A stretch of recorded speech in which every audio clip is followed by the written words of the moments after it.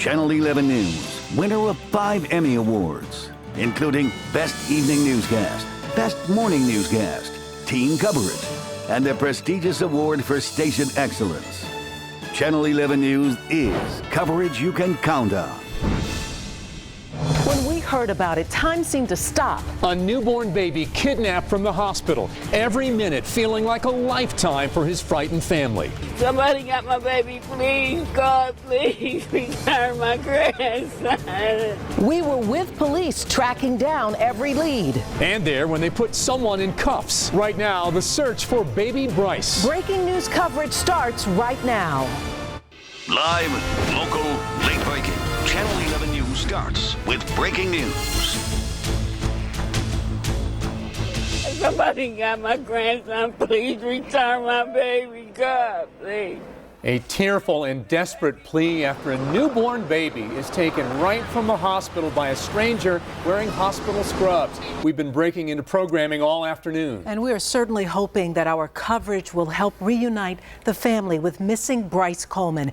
We have several reporters working right now to bring you all of the angles in this story.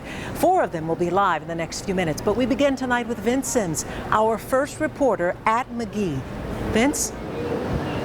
Yes, we've been here live at McGee since this all went out. And when we first got here, we made it here and we saw police still swarming here to McGee Women's Hospital with their sirens and lights going as they've been searching for this missing 3-day-old little baby. Take a look. This is the picture. This is the baby they want you to see. This is the picture. I was able to talk with his grandmother and she told me that his name is Bryce Coleman. That is the name of the little 3-day-old little baby boy. Now, police swarmed here to the hospital when this was reported. That grandmother told me a woman posing as the mother's sister came in dressed in scrubs and somehow removed the baby from the nursery as the family was preparing to be discharged today. The suspect looked the part. She says she bought the scrubs to wear into the hospital. The sales clerk who sold those clothes talked to police. We were there when this happened. Julie Fine live in Oakland with her story. Julie.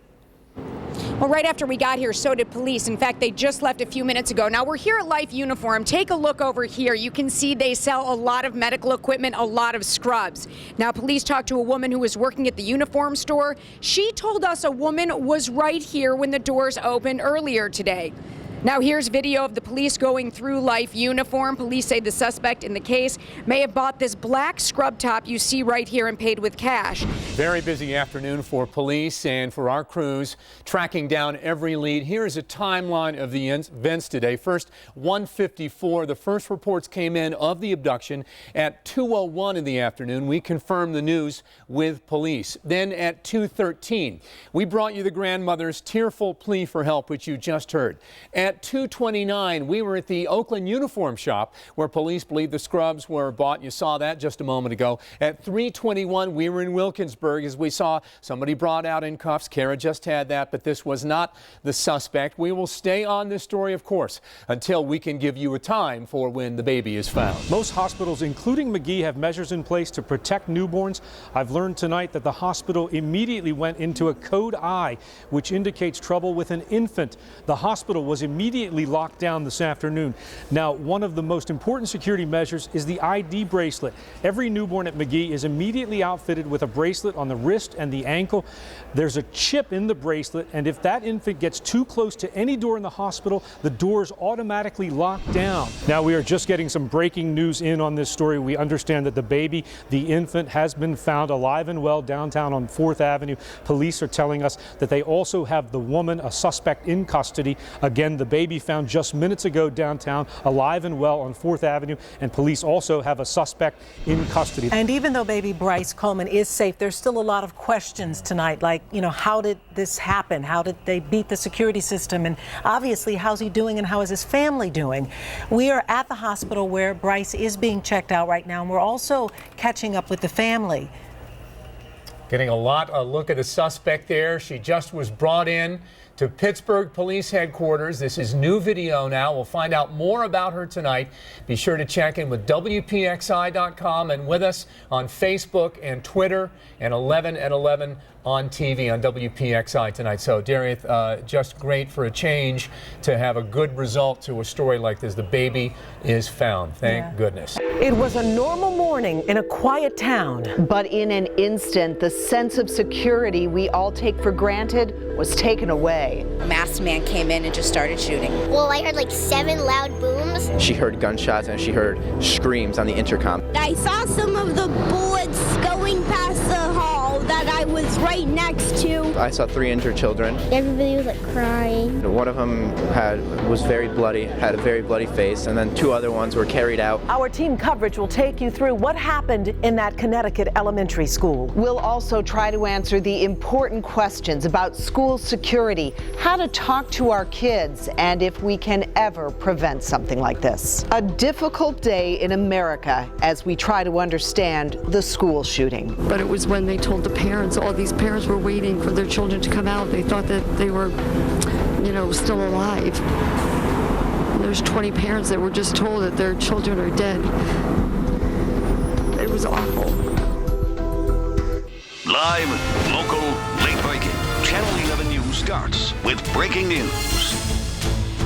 The sun has set on Newton, Connecticut, a day this town and none of us will ever forget.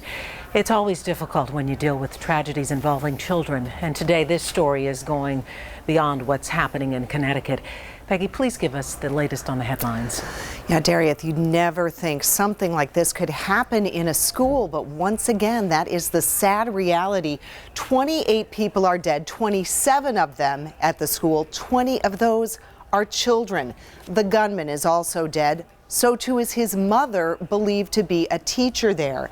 And these are young kids. Most of the victims were in a kindergarten class. The scene of this tragedy is Newtown, Connecticut, and Sandy Hook Elementary School is about to join the likes of other schools like Columbine and Virginia Tech.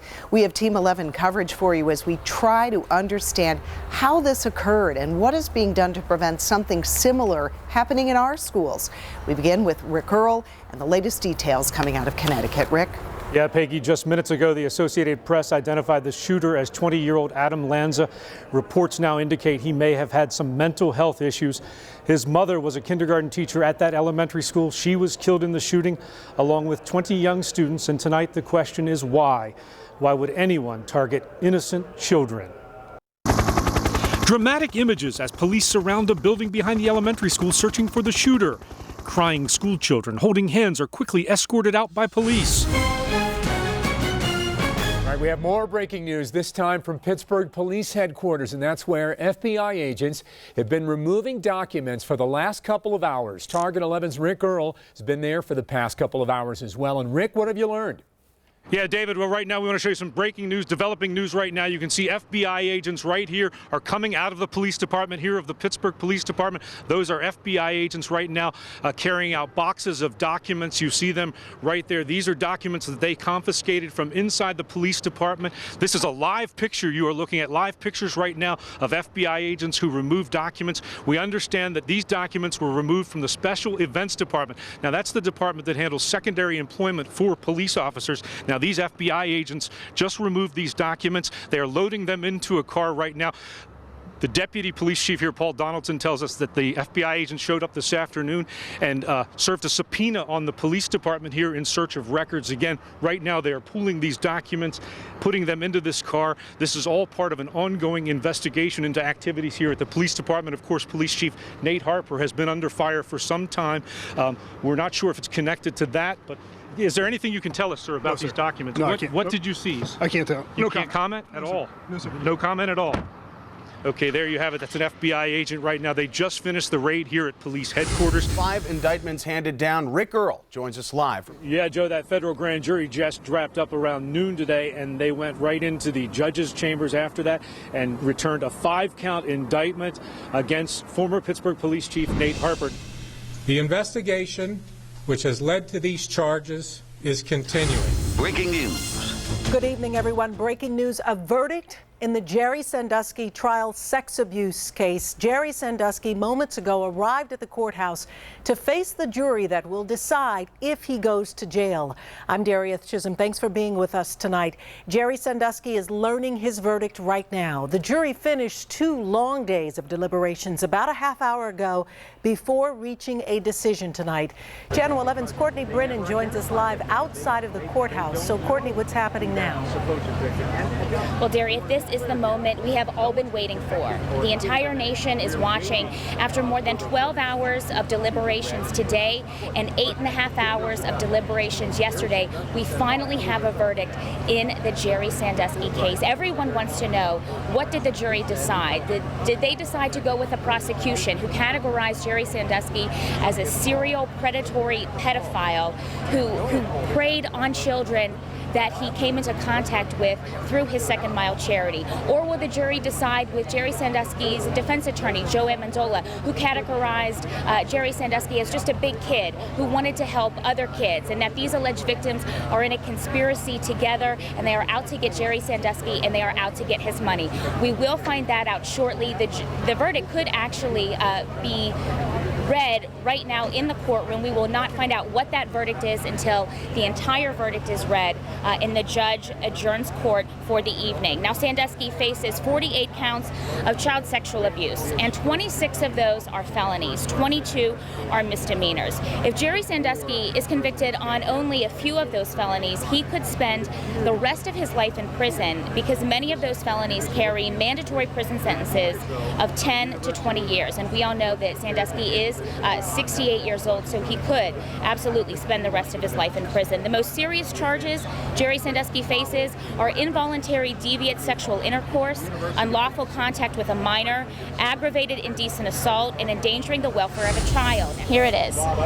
Here it is. 45? 45 counts guilty. 45 counts? 45 counts, only 2 not guilty. Okay. Jerry Sandusky was found guilty on 45 counts. 45 counts he was found guilty, only 2 not guilty counts of indecent assault. Renee Kaminsky, who was in the courtroom, says Jerry was stunned. 45 counts, Jerry Sandusky was found guilty on 45 counts. Only 2 counts he was found not guilty on. For those of you all joining us here on Channel 11 News, as we just said, we've learned that there has been obviously a verdict in this case against Jerry Sandusky, guilty on 45 counts, 2 not guilty of the counts that he faced in total. Joined now with Blaine Jones. He is our legal expert. You've been watching this case with us for some time. This came relatively quickly. 2 days of deliberations. We got the word that the jury had reached a verdict probably about a half hour ago, and now these counts, 45 of them found not guilty. Darieth, it came quickly. However, it is not a shock. I predicted that it would come by Friday. I thought it would come by this weekend. Reason being, the evidence was simply overwhelming against Mr. Sandusky.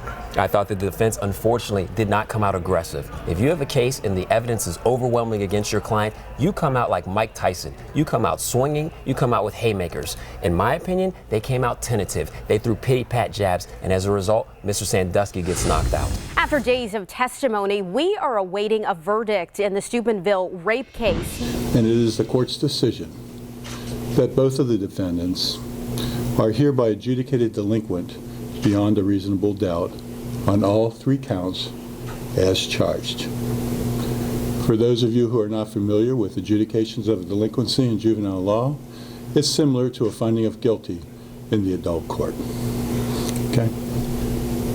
Do you understand, boys? This is Channel 11 News 11 at 11. News coverage you can count on. A major gas line explosion to blame for this wall of flames. This was a scene just hours ago near Charleston, West Virginia. And now to the aftermath. At least 4 homes destroyed and 5 others damaged. You can see the burnt ground as investigators try and figure out what went wrong. At one point, the flames shot 50 to 75 feet high. Just an amazing sight. As soon as we got word of the explosion, we sent Channel 11's Julie Fine and her photographer in Chopper 11. They rushed to the scene there in Sissonville, West Virginia, near Charleston. She's there tonight talking to residents and investigators about this massive explosion. Right now we're at the mobile command site. This is the closest we could get to that gas explosion, but take a look right there behind me. That smoke right there is from a house that was ruined in this explosion. The flames shot up more than 50 feet. This is video right after the line exploded and caught fire. Columbia Gas Transmission Corporation says it's a 20-inch line, and they're investigating what happened. The fire spread to several nearby homes. It was just a miracle that, nobody was hurt because, like I say, we had 4 structures that were totally destroyed. And our guys couldn't even get in there just for the fact of the radiant heat. Crews have been here throughout the day. We came by Chopper 11, and here you can see some of the damage left behind. News coverage you can count on. Our hearts and prayers and deepest sorrows go out to the family of the young child. A heartbreaking tragedy at the Pittsburgh Zoo. A child falls into an exhibit of African painted dogs and is killed. Good evening, I'm Gordon Lesh. It's a loss that's unthinkable to any parent tonight, watching helplessly as your child is killed after falling into a zoo exhibit. From the minute we heard about this story, we sent crews to the zoo on the ground and in the air and found witnesses who were there to tell us what they saw and heard. Julie Fine just got an update from police on the victim, and she begins our Team 11 coverage live with what happened out there. Julie? Well, Pittsburgh police just wrapped up here. We've learned they are investigating everything that happened today. Now, it was a 2-year-old boy, and police say that his mother was holding him on the railing at the exhibit, that he lost his balance and then fell into that exhibit. It was an 11-foot fall. Traumatic for everybody. I mean, I can't imagine the people that were there that witnessed it. It's a great sadness and very, very heavy hearts that we report today that a small child was killed by our African painted dog pack this morning when he fell into the yard. A choked up Barbara Baker spoke to the media this afternoon. The president and CEO of the zoo tried to explain what happened. There's a railing with a graphic sign on the railing.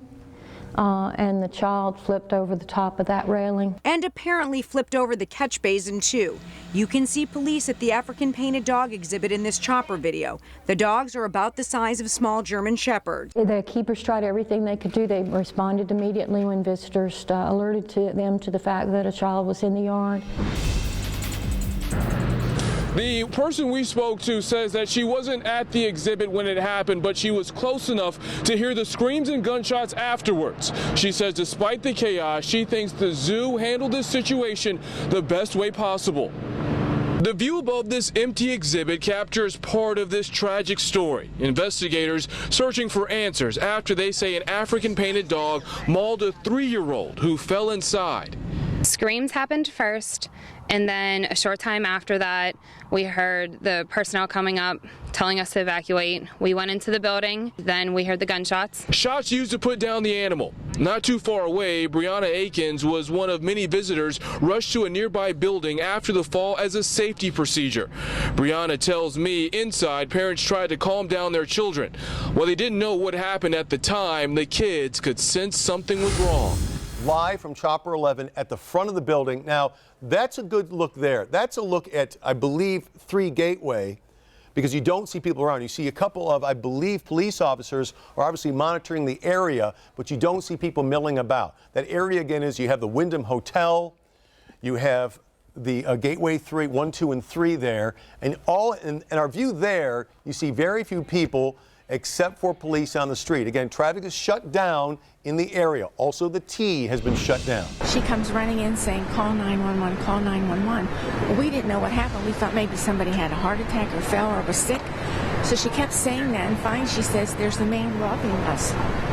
So she said there's a man robbing us? Yes. So she said, lock the door, lock the door. The big story, the downtown standoff. Tonight, the suspect is behind bars. The man he held hostage is safe. And we are digging deeper for you.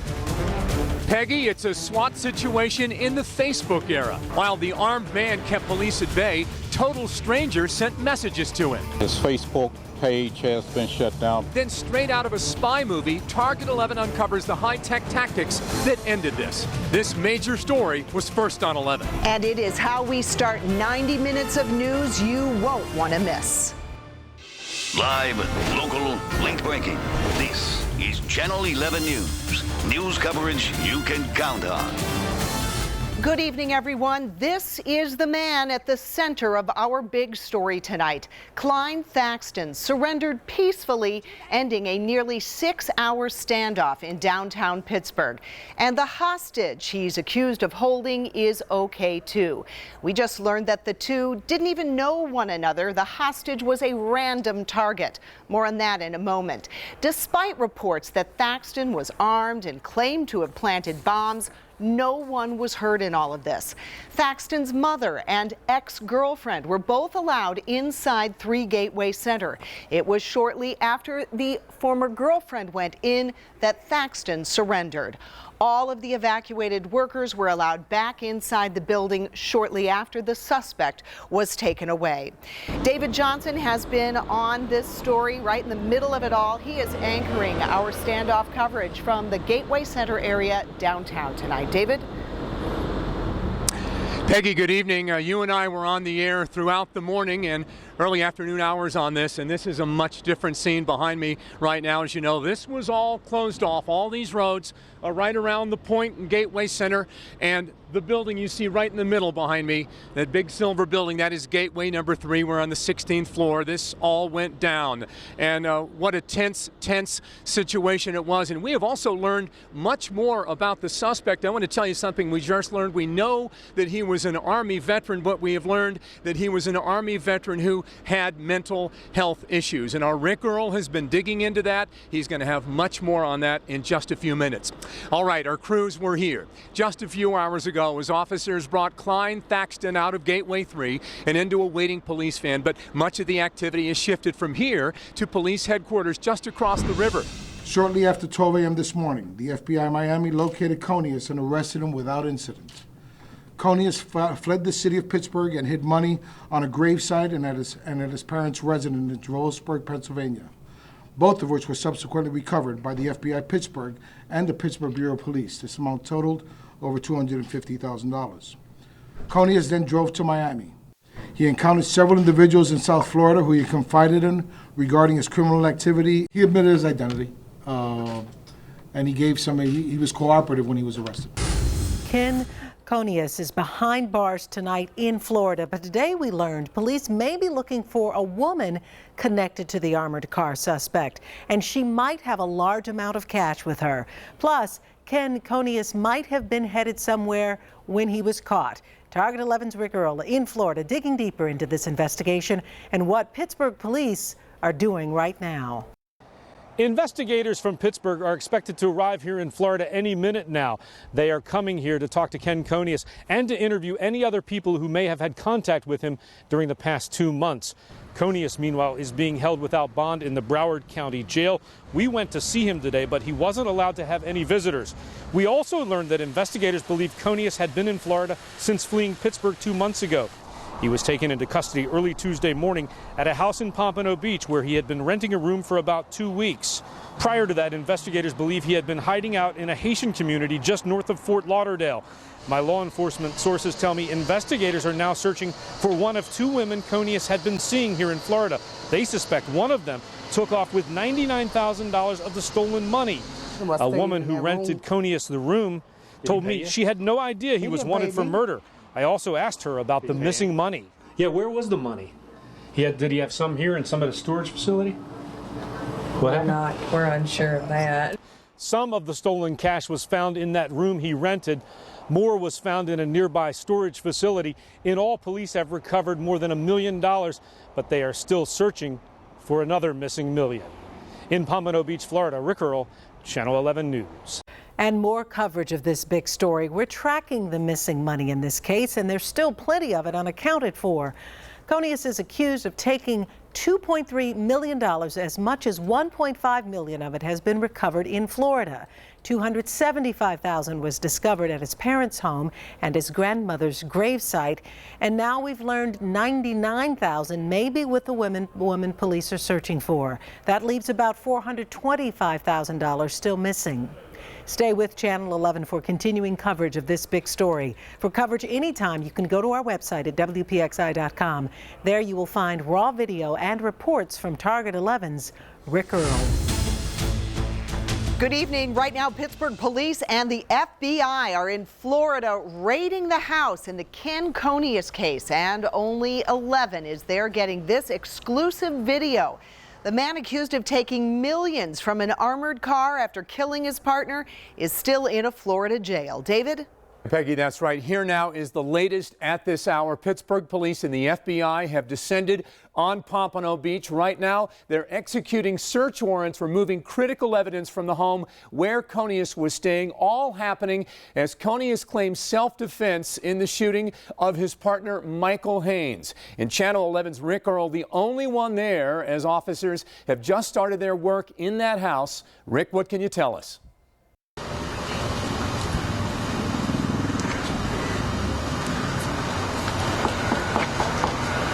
The raid is going down right now. Investigators just arrived here a second ago. You see them standing at the door right now. Someone just opened the door. The investigators now going inside. There's about 6 or 7 of them here. This is the second time agents have been inside this house, of course, early Tuesday morning. That's when they got the tip that Ken Conius was hiding out in a room in this house. They raided the house early Tuesday morning, took Ken Conius into custody without incident. Again, federal agents are inside the house right now, gathering evidence, interviewing potential witnesses. In this case, we will be here throughout the evening and bring you the very latest as this case continues to unfold in Pompano Beach, Florida. Rick Earl, Channel 11 News. Allegheny County District Attorney Stephen Zappala confirmed today that Conius admitted to the robbery and the shooting. Conius is claiming self-defense during a struggle for the gun when his partner Haynes refused to go along with the heist. Doesn't mean it couldn't have happened. It's just not. From our review of the evidence, it's more consistent with he was basically executed. We're hearing more from Zappala about how this case could be handled locally, and we're working on that story for our next half hour. Investigators from Pittsburgh made their very first trip here to the home where Ken Conius was arrested earlier this week, and our camera was rolling when police moved in. This is exclusive video of police surrounding the house in Pompano Beach Thursday afternoon. The raid is going down right now. Investigators just arrived here a second ago. You see them standing at the door right now. For more than 2 hours, police searched the home, questioned the residents about Ken Conius, where he had been hiding, who had been helping him. Among those who showed up to talk to police, 2 dancers Conius had been involved with, including one who was with him the night police arrested him. Shawana Flowers is friends with that woman. No, it's a one-night stand. He paid her. He paid her, okay. Yeah. Flowers told me police also wanted to know about another dancer they've been unable to find, who stole more than $30,000 from Conius. Summer was the only one that stole money. Yeah, broke in his room and took his money. $30,000? Yeah. And nobody knows where she is? Nope. So far, police recovered about $1.4 of the $2.3 million. They found some inside the room Conius rented and a nearby storage facility. After 2.5 hours, police left the home empty-handed, and they had little to say. You can't give us any clues as to what you guys were after here? No, I'm sorry. Just call Pittsburgh, and we're letting them know what's going on. My law enforcement sources tell me police got several search warrants today, but investigators right now won't say where they went. I've also learned that a team of investigators from Pittsburgh is in the Miami area, tracking down leads there. In Pompano Beach, Florida, Rick Earl, Channel 11 News. The big story tonight, the winter storm. The snow still falling lightly. How much more we'll see and when it will finally shut off. Plus, the dangerous conditions on the roads. We're tracking the accidents and the trouble spots. And we're asking road crews why they couldn't keep up. Dumped on us fast and hard. It's all part of our live Severe Weather Team 11 coverage. Channel 11 News at 5 starts right now. Live, local, link breaking. Channel 11 News starts with severe weather coverage. Good evening, everyone. Western Pennsylvania in a grip of a winter storm. This is a live look from our crew in Butler County as the snow just keeps coming down. Our traffic tracker is out in Allegheny County monitoring sometimes dangerous road conditions out there. And in the Pittsburgh area, the parkways are still seeing plenty of slow-going traffic. We have a number of closings to tell you about. Look at the bottom of your screen for all of the new, faster closing systems that show you exactly what's going on. And you know, several people know firsthand just how bad it is out there. Some people having to work today had trouble getting in, and it's not over yet. We have live Severe Weather Team 11 coverage for you tonight, starting with Chief Meteorologist Stephen Cropper. Stephen? Vince Dariant, this started in earnest really about 9 o'clock this morning, falling fast and furious at times. And then we had a little bit of a break. And as you take a look at the latest Storm Tracker Doppler 11 radar, you can see that break's now filling back in. Butler down to Pittsburgh, a slight break, but back to the west, more snow showers beginning to fill back in from about Washington County northward. This system's kind of been coming in phases. The first round producing that steadier rainfall this morning, spreading northward. Now we're looking at the back edge of the system moving across Ohio through Columbus. This will rotate through overnight tonight and through the evening and overnight. And so we will get a little more in the way of some light snow and maybe a little wintry mix. But overall, the bulk of the storm is beginning to wind down. Well, we found slow traffic and accidents all over the region. A section of the Parkway West was shut down earlier today because a tractor trailer jackknifed in the outbound lanes on Green Tree Hill. I-70 westbound was closed in Buffalo Township, Washington County because of a jackknifed truck. Our photographer had a tough time getting to that scene because of the slow-moving traffic. No one was hurt in the crash. And that same crew found another tractor trailer overturned along I-70 East near exit 6. All lanes were blocked in that area. And I want to show you right now, this is a live look at conditions on the Parkway East near Church Hill. It has been a trouble spot for most of the day, but as you can see right now, the roads just look wet and traffic is moving through there pretty good right now. Now, areas to the north, well, they got more snow today. Yeah, several accidents have been reported in Butler County throughout the day. Channel 11's Amy Marcinkowitz has been tracking this angle of the story. So what's it look like out there now, Amy? Well, Dareth, actually the snow has stopped a little bit. Still coming down, but you can barely see it. Quite a difference from this morning. I mean, the snow just started coming down hot and heavy this morning about 10 o'clock, and it just kept coming and coming. Finally wrapped up about 3 o'clock this afternoon, the heavy, big stuff. But let me show you how much we got. We're going to estimate this. I'm not a meteorologist, but I'll show you. We got about 4 inches here in the Evans City, Jackson Township area. We were out and about in this all day long, and I'm telling you, we couldn't get anywhere fast. This is kind of a side street right here where we are. This is 528, and you can still see it is snow covered. It's sloppy out here. Over there where you see the traffic moving really slow, and then there's an on-ramp right there, an off-ramp here in Evans City. Boy, we saw so many people getting stuck there. Tonight on 11 at 11, Superstorm Sandy. It's bringing down trees and power lines across the area. The tree hit the ground and pulled the wires out. Plus, big problems in the Big Apple. Part of an apartment collapses and a construction crane dangles from a high-rise in Manhattan. Heavy rains and high winds overnight, plus a flood warning still in effect. I'll go hour by hour on Storm Tracker to show you what to expect. And it's snow that's causing big problems in parts of West Virginia. We'll take you to one of the hardest hit areas, all part of severe Weather Team 11 coverage. Live, local, late breaking. Channel 11 News 11 at 11 starts with severe weather coverage. Superstorm Sandy bringing strong winds and rain to the area right now. Live look from the Mon War. Flood warning in effect tonight there. This area closed to drivers tomorrow. And now to New York City. A live look as construction crane dangles from a high-rise in mid-Manhattan. It collapsed in the high winds, and 900 people in a nearby hotel had to be evacuated because of the potential danger. There is a lot going on right now, so you are in the right place. Storm expected to get worse as the rain continues. In fact, there are a number of school closings rolling across the bottom of your screen. Here now is the very latest on Sandy tonight. The storm made landfall along the New Jersey coast near Atlantic City around 8 p.m. Eastern Time. Storm's already knocked out power to 1.5 million customers. Many more are expected. And the snow, the big story in West Virginia. Look at that. Some parts of the state could see 3 feet. That's 3 feet, not 3 inches. One traffic crash killed a woman is being blamed on Sandy. We have our reporters stationed everywhere from here in Pittsburgh to New Jersey, West Virginia. We have all the angles of this historic storm covered. We begin, though, with our chief meteorologist, Stephen Cropper, in Severe Weather Center 11. Stephen. Hey, David Darieth, record-breaking and historic. This storm expands about 1,000 miles from the East Coast into the mainland and the Midwest.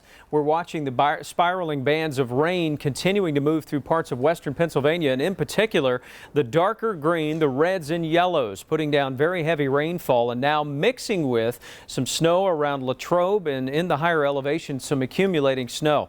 Let me show you the latest on Storm Tracker Doppler 11 radar network, and straight in you can see that bright banding of red and yellow, that representative of some higher elevation snow, which is mixing in with rainfall. As I mentioned, Latrobe getting some light snow, as well as the areas around Seven Springs. Dick Barron saying up to 7 inches of snow at last check there, and even more as you travel to the south. Flood warning is in effect. This is the highest level of alert. Streets, creeks and streams. If you live near a creek or a stream and it normally is flood prone, heed that warning as you travel out the door early tomorrow morning, especially before daybreak.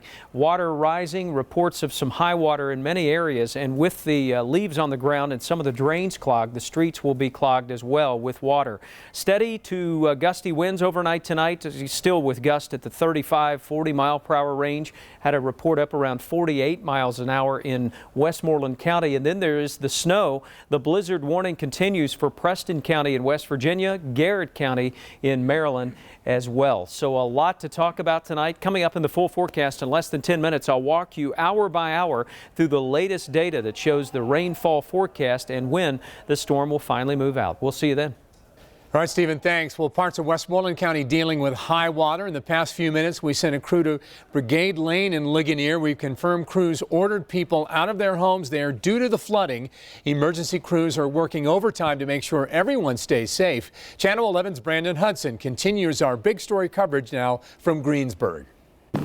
We are just north of Greensburg here at the Crabtree Volunteer Fire Department. It's one of the fire departments that's here on standby, waiting for anything to happen this evening. I talked to firefighters. They tell me that they are keeping an eye on the utility poles and the branches from trees that may fall in the roadways. Right now, we are dealing with a steady rainfall and some strong winds.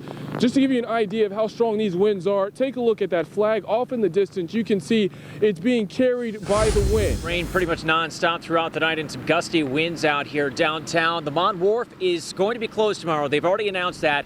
And here is the reason why. The Mond River is almost to 17 feet already. It floods this area at 18 feet and is going to go much higher. It's expected to get up to more than 23 feet come Wednesday. The storm made landfall around 8 tonight in southern New Jersey. That area was hit hard by the storm. Our Julie Fine traveled to Atlantic City, where it's usually a place that looks more like a ghost town tonight. This is downtown Atlantic City. Way back there is the convention center. You can barely see that. That's where many police and firefighters are right now. You can see the sidewalks essentially gone here in downtown. We wanted to give you the full scope of the storm. You got the rain, the wind, the flooding in Pittsburgh right now and the surrounding area. You saw what was going along the East Coast. This is Snowshoe, West Virginia, a full-scale blizzard. Already about 10 inches of snow has fallen. When we left today, we got rain in the valleys. Even just about a half hour from here, it was still rain. The snow started to pick up as we came up in elevation. Then we got the Snowshoe. Wind was already gusting to 30 miles per hour. Right now, 60 mile per hour wind gusts, about 10 inches of snow on the ground. All said and done by Wednesday morning, 2 to 3 feet. Severe weather coverage. Good evening, everyone. Flash flooding paralyzes several communities. Here along Route 51, businesses are pumping out the water. And we even found a garbage bag floating down the street. This is home video from a viewer in McKeesport. The water was rising quickly along 5th Avenue. Rain was falling at the rate of an inch an hour. In many areas, the water became just too high, with drivers becoming stranded, needing to be pulled to safety. The calls came in one after another. Reports of flooding, people trapped, roads closed. And even right now, we are still under a flood warning. We have live severe weather Team 11 coverage of it all with Chief Meteorologist Stephen Cropper and our crews out in the hardest hit places. We're going to begin in Pittsburgh's Bon Air neighborhood, where people had to be rescued from their cars. Channel 11's Julie Fine is live with the latest. Julie? Well, I was here earlier when the water was really high and the water rescues were going on. I want you to take a look at what's going on around me now. That is all the debris that's been cleaned up here so far. That's a problem over there by that bridge over the creek. Now I want to show you what's on the other side of me. You can see all the traffic right here on 51. It is still closed in this direction. But earlier today, some pretty scary moments for drivers. Water's rising fast, reaching the doors. Cars almost floating, not driving. Sawmill Run Boulevard was hit with the flash flooding fast. We found drivers towing cars to help as other crews rescued people. We were all just coming down the road and the road just water just started coming out of the creek and going crazy. As we talked to George, more people needed help. You can see here the water rising. Firefighters had to go out in the knee-deep water to help other people out of their cars. This is a tornado warning in effect for Westmoreland County, also for Indiana County. Here's Armagh, here's Blairsville, and Ligonier. You are right under the gun here. If you're watching us from Ligonier, here is Route 30. You'll want to take shelter in a basement, the lowest level of your house. If you don't have a basement, go to an interior room. Try to get away from the windows and doors. But at a minimum, this storm is producing some lightning, also producing some very heavy rainfall. And again, it's a radar-indicated tornado by the National Weather Service in Pittsburgh, which just basically means that they have seen signatures on radar showing some rotation with this storm. They have reported a tornado. This is the emergency manager reporting the tornado at 5:28 this afternoon. Rotating debris. When you see the funnel, the actual tornado, most times that's the debris starting to rotate around it. That was confirmed at 5:28, along with trees being snapped down in a rotating type pattern, as well as structural damage. This is all on 7-Eleven. We have a picture of a tree in a house. This is on Wilpin Street.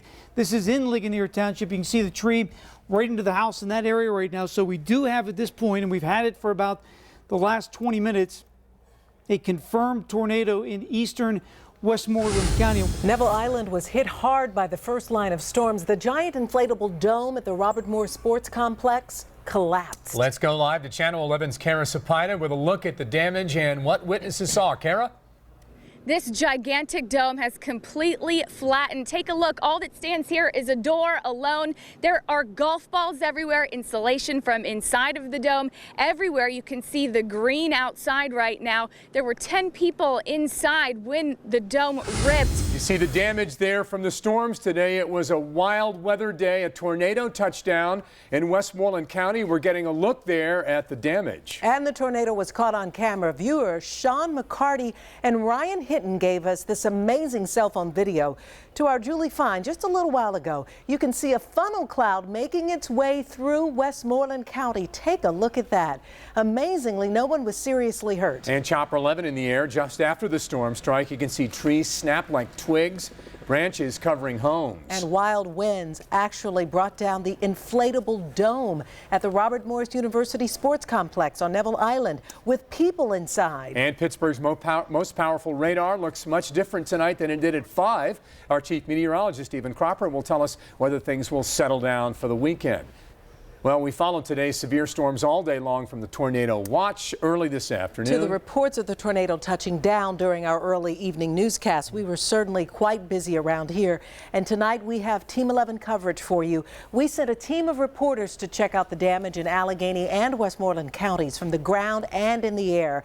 By far, the worst of the damage came along Route 711 corridor in Ligonier Township, Westmoreland County. That's where Channel 11's Vince Sims begins our Team 11 coverage this evening. Vince. Well, Darius, as we were making our way here, we saw a lot of damage throughout the area, many of it down trees. Let me show you exactly what I'm talking about. Take a look right here. You see, this is a hole.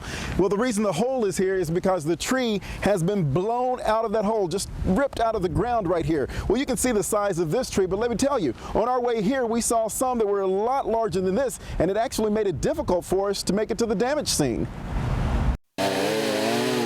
This is the first sight we saw making our way to the damage. A large tree blocking our way, so we had to find another way around. Once we made it on Road 711, we found crews already working to clear trees off of power lines. There was also debris hanging from those lines swept up by the storm. It hasn't officially been ruled a tornado, but 2 young witnesses describes a swirling sky for me. The clouds started funneling and started spinning, and all of a sudden the rain started coming and the wind picked up. And the branches were 100 feet up in the air, just coming in real fast, and it was crazy. Securing the State House with not 1, not 2, but 3 separate security forces, and your tax dollars are paying for it. When we saw millions spent for 3 departments doing the same thing, we got Target 11 on the case. Investigator Rick Earl traveled to Harrisburg to answer the question, is this why we're broke, Rick? Yeah, David, Peggy, both the House and Senate have their own security forces. And then there's the Capitol Police, 3 separate forces under one roof. Some lawmakers say it actually saves money. Critics say it's a waste of your tax dollars. Check. State Capitol Police patrol the Capitol in Harrisburg and guard the entrances. But Capitol Police aren't the only ones watching this building. Both the House and Senate also have their own security forces. But unlike Capitol Police, they don't have arrest powers and don't carry weapons. It's really a symptom of what's wrong in Harrisburg, overkill. Capitol Police have 92 officers and also patrol the state office buildings in Harrisburg, Philadelphia, and Scranton. The cost, more than $10 million a year. The House has 25 security guards at a cost of $1.5 million. There are 15 Senate security guards costing more than $900,000. $12.5 million, and there are 150 people. If you were to project that onto the city of Pittsburgh, you would need 60,000 police officers. It's about 1 police officer for every 7 or 8 people in the Capitol in a normal day. We crunched the numbers and discovered there's actually more security officers in the state Capitol complex than there are police in Butler, Greensburg, and Indiana. They have 71 officers combined. And in Ohio, only 1 agency, the State Highway Patrol, guards the Capitol complex. Even the U.S. Capitol has just 1 agency. Is it a duplication of services? Well, I can't necessarily say that because when you look at the manpower right now, could Capitol Police do the job? Yes. With the current resources, no. We wanted to talk to the people in charge of both the House and Senate security forces, so we came here to the state Capitol. They refused to go on camera, but they did tell me those forces serve an important function. It seems every time you go through the toll booth, you have to dig a little deeper into your wallet. But we discovered nearly 8,000 people have free passes to ride the Turnpike. So we wanted to know who they are and why they don't have to pay. From Pittsburgh to Philadelphia on the Turnpike will cost you $29.65. But more than 2,000 Turnpike employees get to ride free, even when they're not on duty. No, that's not right at all. We have to pay, so why shouldn't they? I guess I don't see that much different than any perk that might be given to an employee. I worked for the post office 41 years and we didn't get nothing special. It's a perk that has cost taxpayers millions since it first went into effect back in the 1940s. To utilize it for leisure and that the Turnpike says that they're not tracking that use at all is unbelievable. Leaders at the Turnpike contend it's an insignificant portion of the total free travel. But former Auditor General Jack Wagner estimates during the past 5 years, the Turnpike has lost nearly $8 million. We think it's out of control. And it's not just employees traveling for free. In addition to the employees, nearly 4,000 consultants and contractors also get those free passes, along with 30 state officials. We wanted to know exactly who's on that list, so we came here to the headquarters in Highspire, but no one would talk to us. What's an affordable monthly car payment for you, $300 to $400? What about $1,500? That's how much we found one city shelling out every month for just 1 vehicle. It's not a Mercedes, which we found for $589 a month, not even a Jaguar for $728. We're talking about a Dodge Grand Caravan. Pittsburgh's Parks and Rec Department rents 6 minivans every summer to transport lifeguards and pool supplies at a cost of nearly $1,500 a month per van for a whopping total of $36,000. County Executive Rich Fitzgerald makes $90,000, Mayor Luke Ravenstahl $105,000, and Governor Tom Corbett $174,000. But the man in charge of promoting Pittsburgh earned more than all of them. Visit Pittsburgh's Joe McGrath made more than $353,000 last year. There are now more docks here along the river, like this one here on the North Shore right behind me. And if you look across the other side of the Allegheny River, you see the point over there where there are docks. They also want to use high-speed taxis, but critics say it's a waste of your tax dollars. You paid for the tunnel under the river and the bridges over them. Now you may be paying for water taxis. Now, this absolutely isn't anything the taxpayers should be footing the bill for. These are things that are drowning Pennsylvanians in debt. Target 11 discovered the federal government has set aside $1 million to build a water taxi dock on the south side, and another $500,000 for a private company to buy high-speed water taxis. That company would also have to chip in $500,000. We're talking about radon. It is a colorless, odorless, radioactive gas. Target 11 consumer investigator Robin Taylor discovered the problem is far worse than most of us realize. Robin? Well, I found out all of the counties surrounding Pittsburgh have average radon ratings that are above the EPA guideline of 4. So we decided to test 20 homes in the area. An alarming number of the radon tests came back high. 11 homes in Allegheny, Armstrong, Westmoreland, Washington, Beaver, and Butler counties all tested in the danger zone. And one in Beaver County tested the highest. So we talked to homeowners who had extremely high levels and learned what can be done. Kathy and Russ Glens raised their daughter in this Brighton Township home. Little did they know they were exposed to dangerous levels of radon the whole time. They had the highest reading in our test of 16.7, 4 times the EPA guideline. Just the fact that this long-term exposure has occurred, and we've both smoked off and on for years, unfortunately, so that doubles the risk. Radon is the second leading cause of lung cancer. It kills about 800 Pennsylvanians each year. 77-year-old Shirley McCoy moved to Texas earlier this year to be closer to her family. She'd lived in this house in Canonsburg for 42 years and decided to auction off her things. Patterson's auction service was to sell her car and household furniture and keep 15%. They overstepped their bounds and they just ran roughshod over her. The Pattersons were trusted friends, but that friendship quickly soured when the case ended up in court. We're here to do a story on it. I don't want a story. Now, a Channel 11 special. Pittsburgh goes for the gold. They've dreamed of this moment. I have been dreaming about going to the Olympics since I was 3. Trained for it since they were kids. It's what I sacrificed for. Through the tears, through the triumph. Even if you have epilepsy, it doesn't mean that you need to resign. Now, they have one mission, one golden goal. I can picture myself on the podium. We're looking to medal. That's our goal. I hate that silver medal. Not gonna be satisfied going to medal. The entire world is watching as Pittsburgh goes for the gold. We're less than 30 minutes away from the opening ceremonies at the Olympics. For the next 2 weeks, we will be watching the world's elite athletes compete in London, and Western Pennsylvania will be well represented. There are 11 Olympians or alternates with ties to Pittsburgh. They represent divers, wrestlers, runners, and so much more. And they are the best in the USA, now trying to be the best in the world.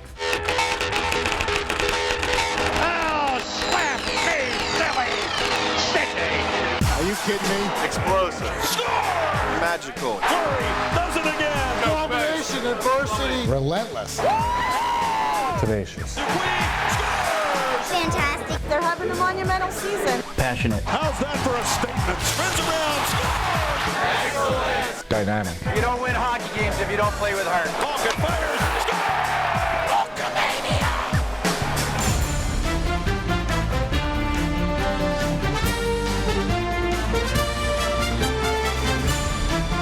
It's a classic NHL rivalry, and the Consol Energy Center is primed for another chapter of the Penguins set to host cross-state rival Philadelphia with a lot at stake in the Eastern Conference. The fans are ready for hockey. We're 30 minutes away from the Penguins getting ready to take on the Flyers. Both teams are on the ice, and it's another sellout. Stay where you are. You have the best seat in the house for the Flyers and Penguins on Channel 11. Good afternoon and welcome to the Consol Energy Center. I'm Albie Oxenrider, and the Pens playoff push is in full swing. I'm Bill Phillips. We'll also be joined by Rich Walsh and Phil Bork in just a few moments. But first, the latest on Penguins defenseman Chris Letang. About an hour or so ago, I spoke with head coach Dan Bilesma, and Bilesma told me that he will be a game-time decision. After he skates this morning in warm-ups, he'll talk about it and see how he feels after he's worked out for the past few days as they get ready to take on the Flyers. So Coach Bilesma was thrilled with the way his team played in Buffalo the other night. I liked the Buffalo game a lot. That was a hard-fought, contested game by a Buffalo team that's playing really well. That was a great test for our team, a great win for our team, and we're going to see 4 more games very similar to that coming up here starting today. Thanks, Sam. And Albie, the Penguins defense has to tighten up a little bit, especially against a team like Philadelphia. All right, the energy is building here. Now let's send it back to the studio and Channel 11's Rich Walsh. Hi, Rich. How you doing, guys? It's been an up and down week for the Pens, beating two good teams but losing 2 games to a bad team. The Pens beat New Jersey on Sunday but lost 2 in a row to the Islanders. On Tuesday at the Consol, game tied at 2. The Islanders scored 3 unanswered in the second, beating the Pens 5-3. Same score, same result 2 days later on Long Island, despite Evgeny Malkin scoring his 47th goal of the season, getting the Pens to within 1. The Islanders get the empty net and win it 5-3. But after losing 2 straight, the Pens ended Buffalo's 5-game winning streak with the help of that guy, Sidney Crosby. He has made some big plays. He sure has. Perhaps the biggest came in a win over Cincinnati. Woodley made an interception that not only turned the game around, but perhaps the season. We haven't been playing good in the fourth quarter. We've been giving up leads in the fourth quarter and losing the football game. And I think we came out in that Cincinnati game. We came out and we played hard in the fourth quarter. And ever since then, we've been going out there as a defense, closing the game in the fourth quarter instead of giving up the lead and losing the game. Any more pressure on the defense this week because Ben's not there? Because maybe points might be at a premium for the offense, Byron making his first start? Speaking for myself, I don't think so, because we don't go out there. And as a defense, we always expected to play hard. We always put ourselves at the, at the highest level, no matter who's at quarterback. If Ben was still back there, we'll still put ourselves up there high. And Byron's back there. It doesn't matter, because we always want to play at a high level. A central figure in the Steelers-Ravens rivalry has been Baltimore linebacker Ray Lewis. He's a player Steelers linebacker Lamar Woodley idolized in high school. Woodley wears a black beanie under his helmet because that's the way Lewis does it. I had an opportunity to talk to Ray Lewis the year that we won the Super Bowl in Tampa, and he was telling me how important it was to go out there and win the football game. And we just beat them in the AFC Championship game. And here he is telling me how important it is to go out there and win the Super Bowl, because you never know when the opportunity may come around again. So I'm like, rival telling me, that tells you, how much he cares about people. And even when I was in the Pro Bowl in, I think it was 2009, my locker was next to Ray Lewis. So I was like, hey, Ray, I don't mean to talk your ear off, man, but I'm asking questions. He said, oh, man, that's all right, Woodley. I like to share this information. I love to get information. I'm like, well, I'm going to talk to you every day because I'm trying to learn. I'm trying to find out different things. And he was always giving knowledge, to the younger player like myself. Didn't matter what team you played on. So, that's a lot of respect for a guy like that. Woodley loves playing football, but helping others fills Woodley with joy. This is in my heart. That's my passion. Sometimes a lot of things that I do get coverage, but a lot of it don't, because half the time I don't like stuff to get coverage because I don't like for it to seem phony or fake, like I'm just doing it for the attention. Everything that I do is from the heart, and everything that I do, I try to be there. I want to be there. If I put on an event, I want to be there. Whether it's, okay, I have to take off and go back home, I'm there because this is an event that I put on, and I want to make sure that everything goes well. Albie, as he mentioned, Lamar is involved in his charity work. Tuesday, he will head home to Saginaw, Michigan to hand out Thanksgiving gift baskets to 500 families. It's Woodley's 5th annual Thanksgiving giveaway in his hometown. I loved what he said about Ray Lewis because there's so much talk about the hate in this rivalry. There's a great deal of respect, and you heard it from Lamar Woodley and how he looks up to Ray Lewis in that way. The 6-3 Steelers host the 7-2 Ravens in a primetime game right here on Channel 11. The Great Hall is filling up, and on the field, the players are warming up. Now, it's time for John Fedko's Skylights, sponsored by Eaton Park. Good evening, everybody. I'm John Fedko. Welcome to Skylights, the Whippeal quarterfinals tonight. We had our cameras everywhere. Let's go. Neutral sites tonight, and we're going to start in Norwin. Woodland Hills versus Gateway. First quarter, Woody High's freshman sensation, Miles Sanders. And I can see for Miles and Miles. Miles Sanders scores 7-0 Woody High. Gateway's Thomas Woodson to Delvon Randall to the 38-yard line. We'll set up Thomas Woodson to Monte Nicholson. Watch the flip. Game tied 7-all. Second quarter, Woody High's commander, Cody McClellan, pumps, then goes to Tom Green to the 1-yard line. Miles Sanders punches it in. Woody High leads 17-7. Gateway comes back. Thomas Woodson to Delvon Randall. Then it's Woodson to Delvon Randall for a touchdown. And Gateway trails by 3. Fourth quarter, Gateway down by 3. Gateway going for it on 4th down. Woody High says no, and Woodland Hills wins 17-14. We go to Martirelli Stadium. North Allegheny versus Bethel Park. The great Bobby Bizzuto has created a dynasty at North Allegheny. Vice Cutter. NA's Mac Leftwich. He can throw and he can run. A la Roger Staubach circa 1971. Sets up Leftwich to Brendan Conacher, and it's 7-0 North Allegheny. Still in the first, Alex DeShantis powers in behind that huge offensive line. 14-0 North Allegheny. The North Allegheny defense, inspired by the great Father Zewan at St. Alexis, was dominant. BP could not go anywhere. And I've told you about the NA special teams. Watch the block punt and watch Elijah Scoop Zeiss, the son of the legendary Scribe. Scoop Zeiss scoops it up. This just in. Scoop Zeiss scores. 21-0 North Allegheny. Mac Leftwich then goes to one of the Whipple's leading receivers, Greg Garrity, for the touchdown. North Allegheny rolls. 42-14. To the South Hills we go. Central Catholic versus Upper St. Clair.